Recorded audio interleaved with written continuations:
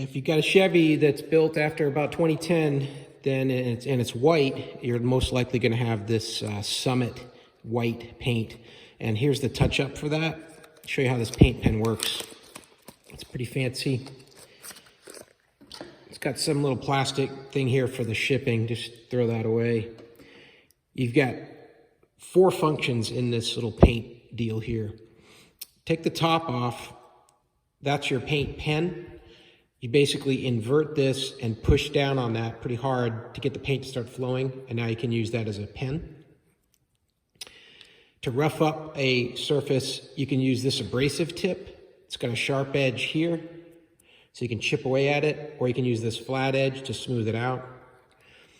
You unscrew this, and you've got a brush, traditional kind of deal. And then when you're done painting the color, and it's dry, you flip this over and unscrew this, and now you've got some clear coat.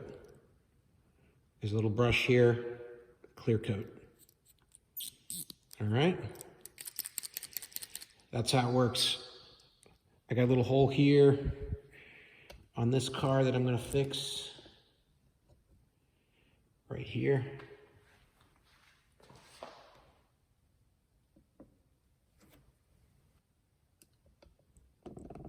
So that's it. As you can see, if you're using that paint tip here, it flows really fast, so you're going to be real careful with that. You don't want to have it spit out too much.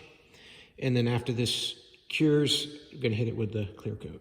Hey, I hope this video was helpful. Hope this information was useful to you, and as always, hope you have a great day.